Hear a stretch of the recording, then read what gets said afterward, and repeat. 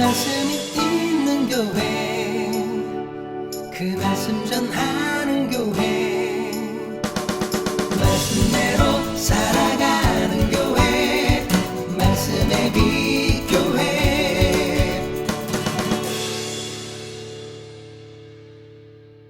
이 저녁에는 사울의 무리수라는 제목으로 함께 말씀을 나누도록 하겠습니다. 사울이 본격적으로 왕정 시대를 열어갑니다. 그 첫 이야기가 오늘 본문입니다. 그러니까 사울이 왕이 된 지 2년 만에 일어나는 일입니다. 자, 오늘 본문 1절 말씀입니다. 사울이 왕이 될 때 40세라 그가 이스라엘을 다스린 지 2년에, 그러니까 사울이 왕이 돼서 다스린 지 만 1년 정도가 지나고 이제 2년 차가 되었던 때인 것 같습니다. 우리 성경에는 사울이 왕이 됐을 때 40세라 라고 기록하고 있지만 원문에는 40이라는 숫자가 없습니다. 이제 여러 가지 문서들이나 학자들의 주장을 통해서 번역을 이렇게 했습니다. 40세에 왕이 되었다라고 번역을 하지만 원문에는 없습니다. 하지만 한 가지 중요한 건, 정확한 건 사울이 왕이 된 지 이제 둘째 해예요. 이는 다스린 지 1년이 다 지나고 2년 차가 되었을 때 일어난 일이라는 사실입니다. 그러니까 사울이 왕이 되는 과정을 다 기록했었고, 그리고 이제 사울이 왕으로서 첫 번째 그 행사, 왕권을 행사하는 오늘 본문이 나오기 전에 지난주에 우리가 살펴봤던 말씀이 뭐였냐면 사무엘의 고별사였죠. 사무엘의 마지막 고별 설교였습니다. 그러니까 부정적인 측면과 긍정적인 측면을 언급하면서 이제 어떻게 해야 되는지에 대해서 설교한 내용이죠. 너희가 왕을 구함으로 하나님의 왕권을 거부하고 외면하는 이러한 죄악을 저질렀다. 부정적인 측면이죠. 하지만 그럼에도 불구하고 하나님께서는 너희들의 요구대로 사울이라는 왕을 세웠다. 보라. 그러니까 이제 저 왕, 너희들의 요구대로 들어주셨는데 이 왕이 어떻게 하느냐에 따라서 너희를 복주기도 하시겠고, 왕이 불순종하면 너희를 저주하겠다라는 말씀이었습니다. 그러니까 무슨 말씀이에요? 너희들의 요구대로 왕을 세우셨지만 너희들의 앞날이 이 왕에게 달린 게 아니라 궁극적으로 누구에게 달렸다는 얘기예요? 하나님께 달렸다는 겁니다. 그래서 왕이 하나님 앞에 어떻게 하느냐에 따라서 너희들의 미래가 결정된다는 거예요. 이 설교 후에 이제 사울 왕이 왕정을 시작합니다. 백성들의 시선과 관심이 어디에 있을까요? 왕이 어떻게 하느냐예요. 왕이 하나님께 과연 어떻게 하느냐에 따라서 자신들의 장래가 걸린 겁니다. 그래서 사울 왕의 첫 행보에 백성들의 시선과 관심이 집중되어 있어요. 과연 사울이 하나님 앞에 정직하게 행하느냐, 순종하느냐, 아니면 하나님 앞에 불순종하느냐, 어떤 왕이 되느냐에 촉각을 곤두세우고 있는 시점이란 얘기예요. 그 첫 사건이 바로 오늘 본문입니다. 블레셋과의 전쟁이죠. 사실 오늘 본문은 사울 왕의 긍정적인 측면이라기보다는 사울 왕의 부정적인 측면에 초점이 맞춰져 있습니다. 사울이 왕이 되기 전, 그리고 왕이 될 때까지는 굉장히 긍정적인 면이었죠. 하지만 왕이 되어서 첫 행보로부터 부정적인 면이 부각됩니다. 사울이 왕이 된 지 2년에 이스라엘 백성 3,000명을 택합니다. 자, 오늘 본문 2절 말씀입니다. 함께 한번 읽어보실까요? 2절입니다. 자, 시작. 이스라엘 사람 3,000명을 택하여 그 중에서 2,000명은 자기와 함께 믹마스와 베델산에 있게 하고 1,000명은 요나단과 함께 베냐민 기브아에 있게 하고 남은 백성은 각기 장막으로 보내니라. 아멘. 사울은 이스라엘 사람 3,000명을 택했습니다. 근데 오늘 우리말 한글 번역으로는 기록이 되어 있지 않지만 히브리어 원문에는 그를 위하여라는, 히브리어로 그를 위하여라는 단어가 있습니다. 그건 무슨 말이에요? 사울이 이스라엘에서 3,000명을 택했는데 누구를 위해서 세웠다는 얘기예요? 자신을 위해서 세웠다는 얘기예요. 그래서 2,000명은 자기와 함께 믹마스와 베델산에 있게 하고 1,000명은 요나단과 함께 베냐민 기브아에 머물게 합니다. 그러니까 자신을 위해서 이스라엘 중에서 3,000명을 택해서 자신과 요나단과 함께 뭐예요?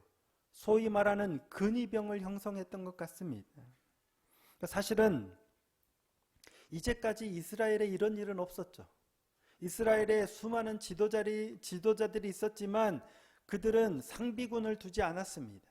이스라엘의 군사체계는 어떻게 하냐면 민족적인 위기에 처했을 때 사무엘이든지 아니면 사사든지 선지자든지 누군가 리더가 나와서 하나님 앞에 서면 하나님이 세우시면 그를 통해서 민족들이 모여서 이 위기를 타개해 나가는 겁니다. 그런데 사울이 왕이 돼서는 처음으로 상비군을 둔 거예요. 전쟁의 위협이 있어서 군사를 모은 게 아니고 전쟁이 없지만 그냥 군사를 둔 거예요. 그래서 군사력을 유지하려고 한 겁니다. 특히 누구를 위하여? 자기를 위하여. 이 표현으로 볼 때 자신의 왕권을 지키기 위한 근위병을 세운 것으로 보는 게 타당해 보입니다. 사울은 이스라엘 사람들 중에서 그래서 자신의 근위병을 모으기 위해서 이스라엘 사람 중에서 힘 있는 자나 용감한 자만 보면 자기의 사람으로 삼았다라는 말씀이 있죠.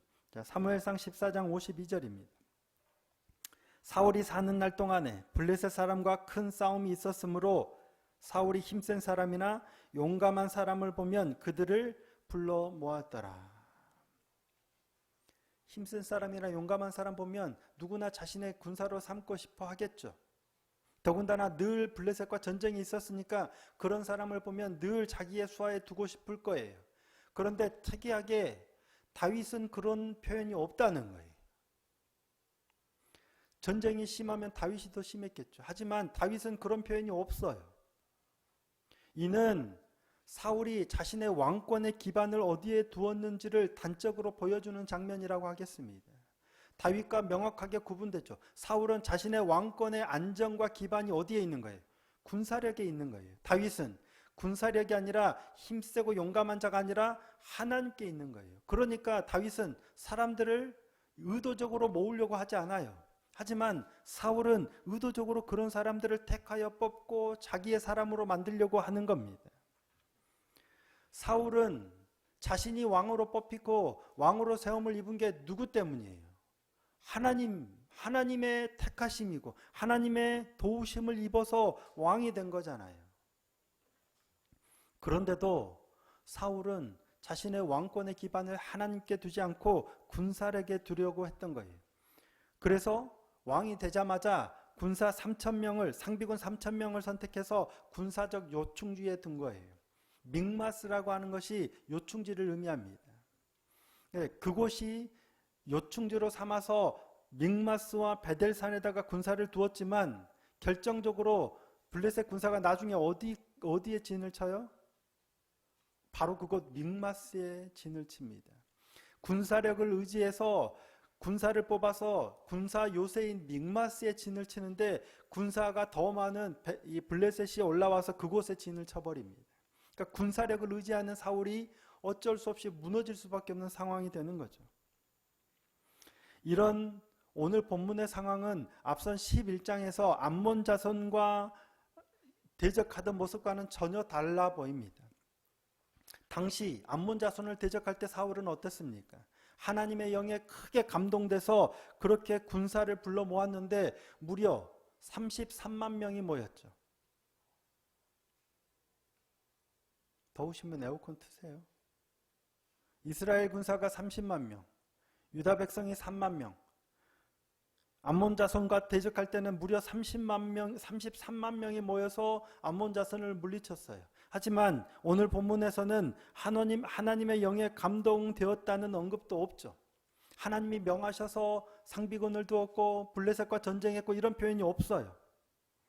사울은 자신을 위해서 소집한 상비군이기는 하지만 고작 3,000명에 불과하다는 점에서 큰 차이를 보이고 있습니다. 비록 사울이 정예화된 군사들을 모집했지만 하나님의 섭리에 기반하지 않고 군사력에 기반을 둔 인본주의 왕조를 표방하고 있는 겁니다. 그런 상황에서 블레셋과의 전쟁이 일어나게 돼요. 그런데 블레셋이 아닌 사울이 먼저 전쟁을 걸었다는 겁니다. 자, 3절 말씀입니다. 3절 한번 다시 한번 읽어보겠습니다. 시작.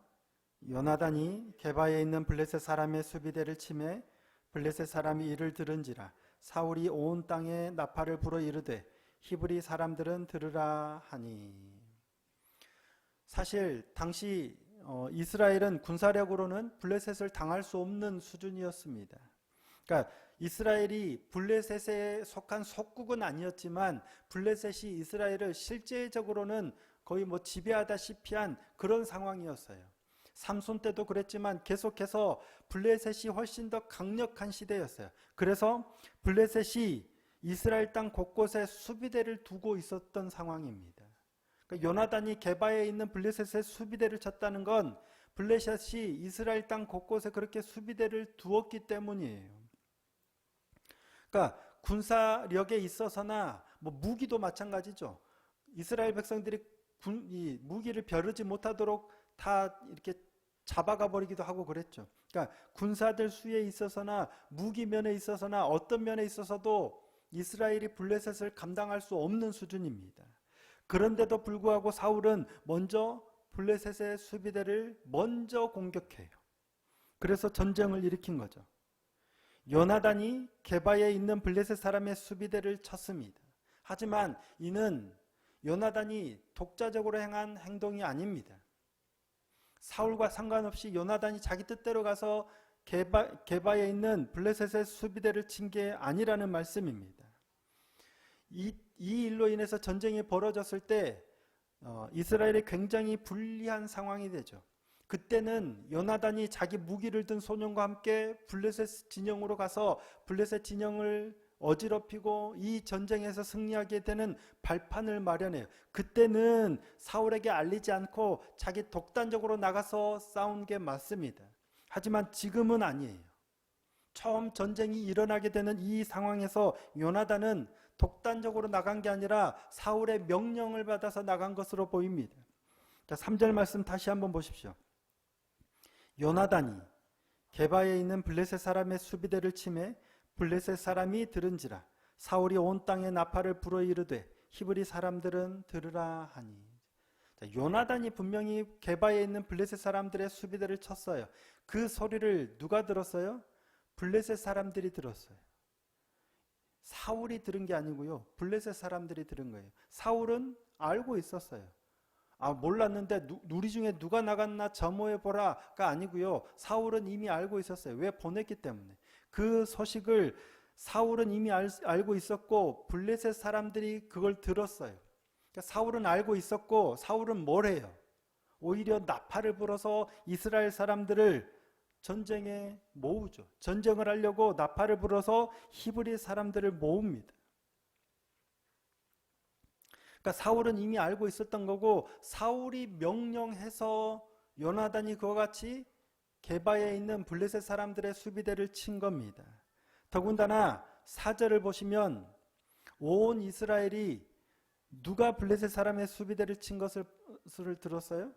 사울이 블레셋 사람들의 수비대를 친 것과 이스라엘이 블레셋 사람들의 미움을 받게 되었다 함을 듣고 그 백성이 길갈로 모여 사울을 따르게 됩니다.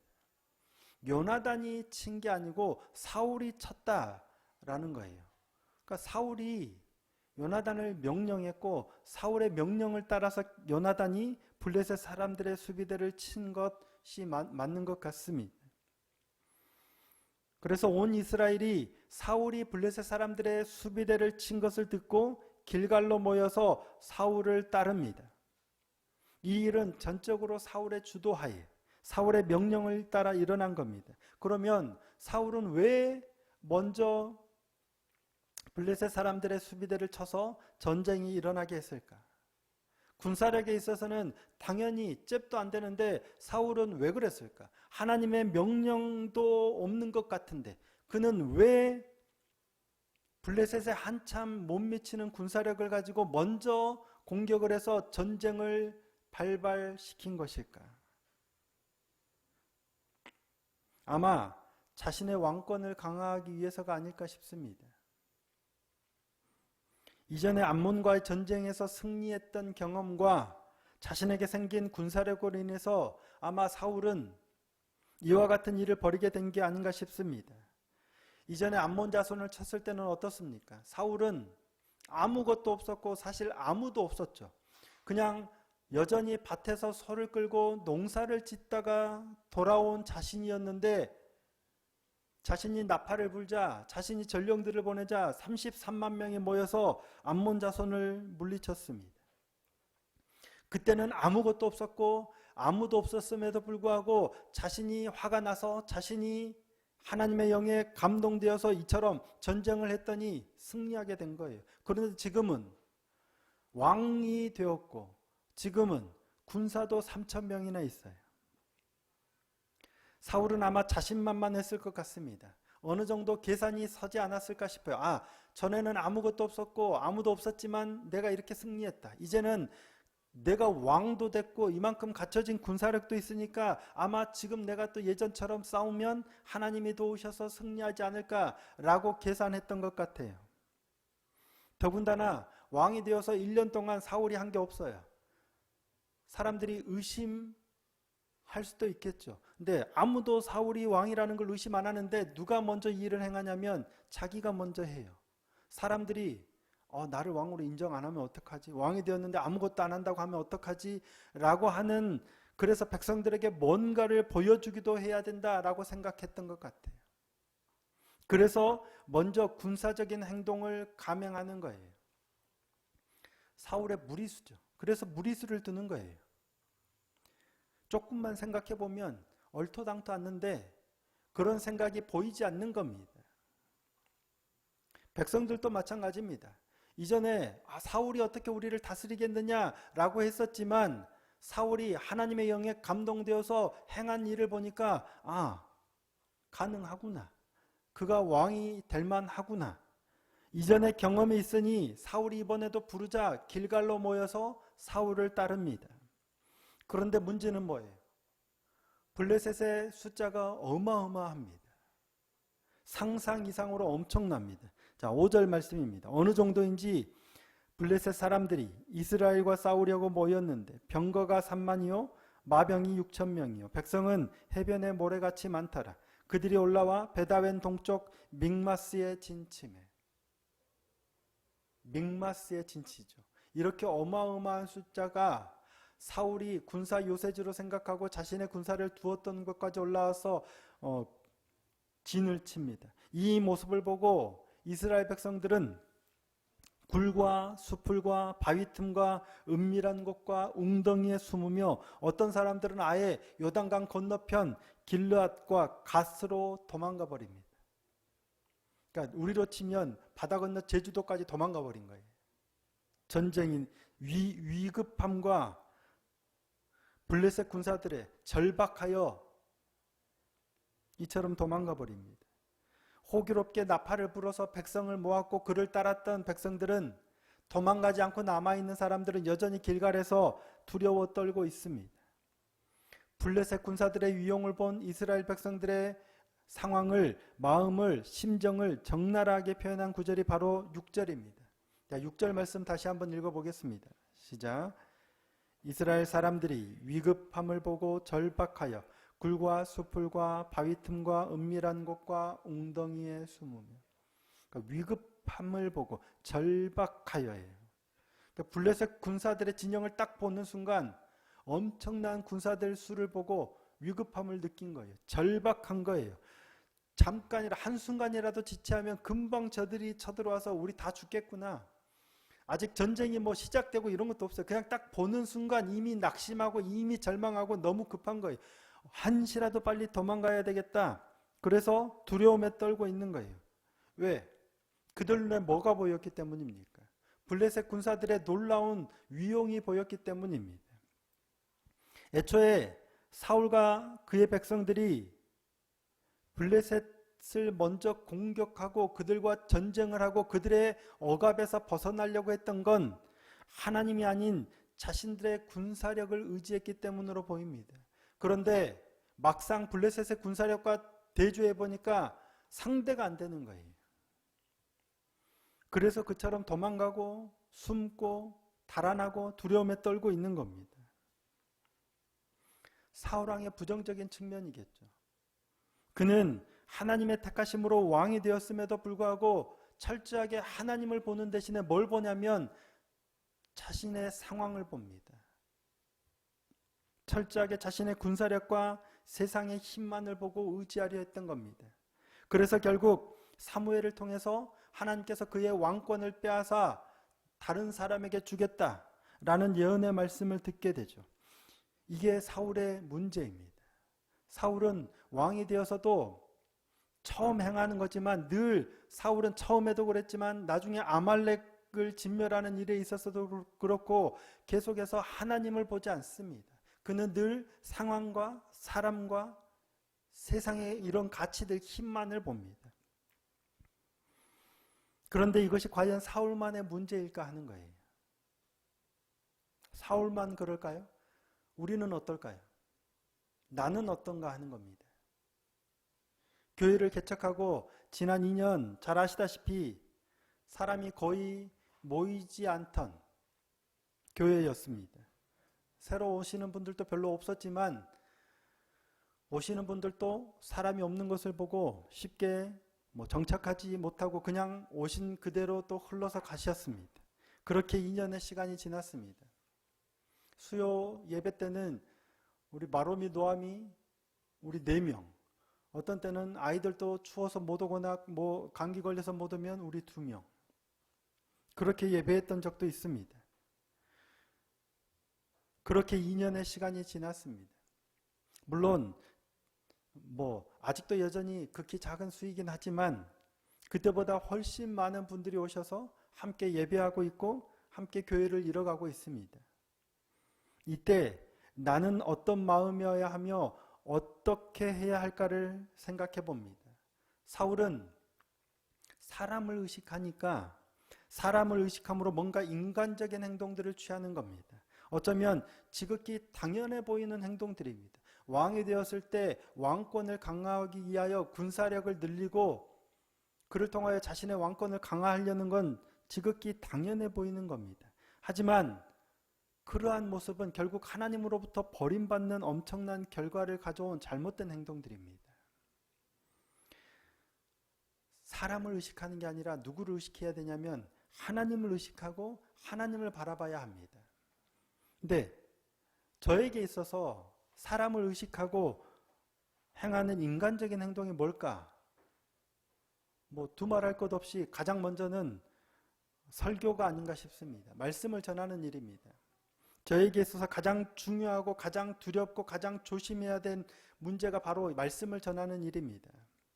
그리고 그 다음은 목회적 차원에서 사람들과의 관계인 것 같습니다. 사람들의 마음을 얻기 위해서 설교를 하고자 하는 요구도 있고 저의 갈등도 있고 유혹도 있습니다. 사람들이 어떤 말씀을 전하면 듣기 좋아하는지 좋아하시는지를 저도 압니다. 근데 전혀 그런 말씀을 하고자 하는 마음이 들지는 않습니다.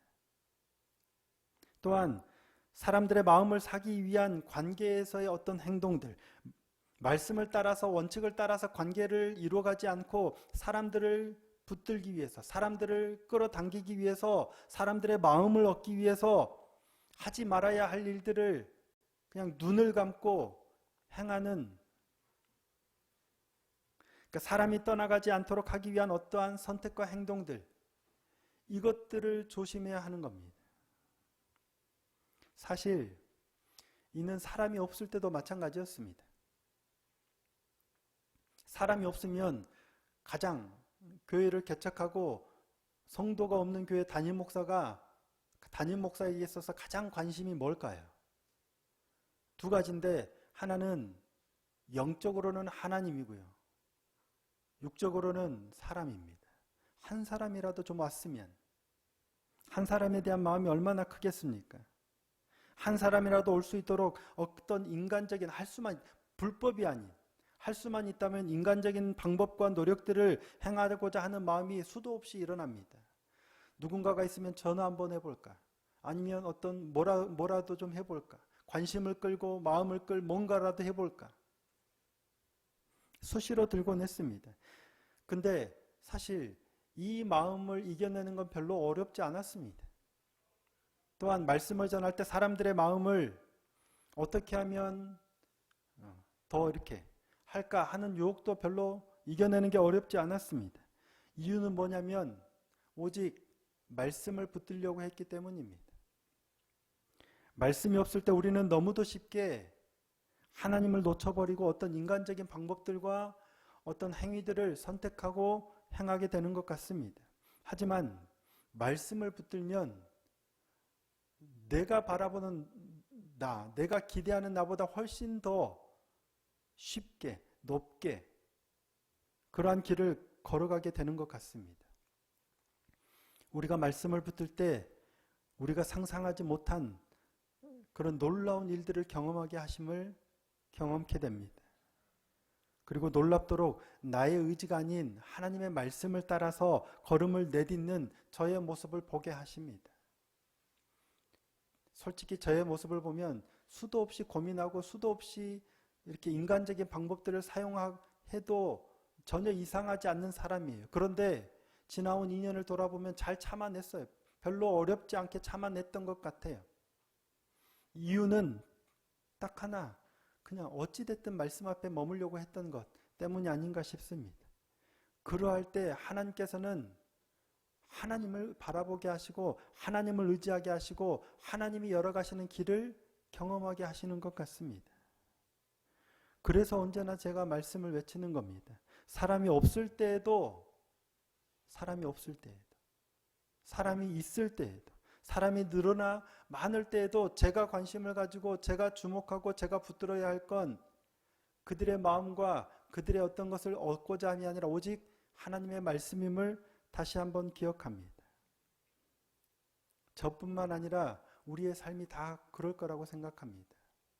하나님의 말씀 앞에 설 때 우리는 세상의 수많은 유혹과 세상의 가치들을 끊어내고 하나님이 명하시는 길을 선택하고 나아가는 신실한 믿음의 삶이 될 줄로 믿습니다. 우리의 능력이 아니라 말씀의 능력이 우리를 그 길로 걸어가게 하실 줄 믿습니다. 그 말씀을 통해서 상황이나 사람이 아닌 하나님만 바라고 의지하는 믿음의 사람이 되어가는 저와 여러분이 될 수 있기를 예수님의 이름으로 축복합니다.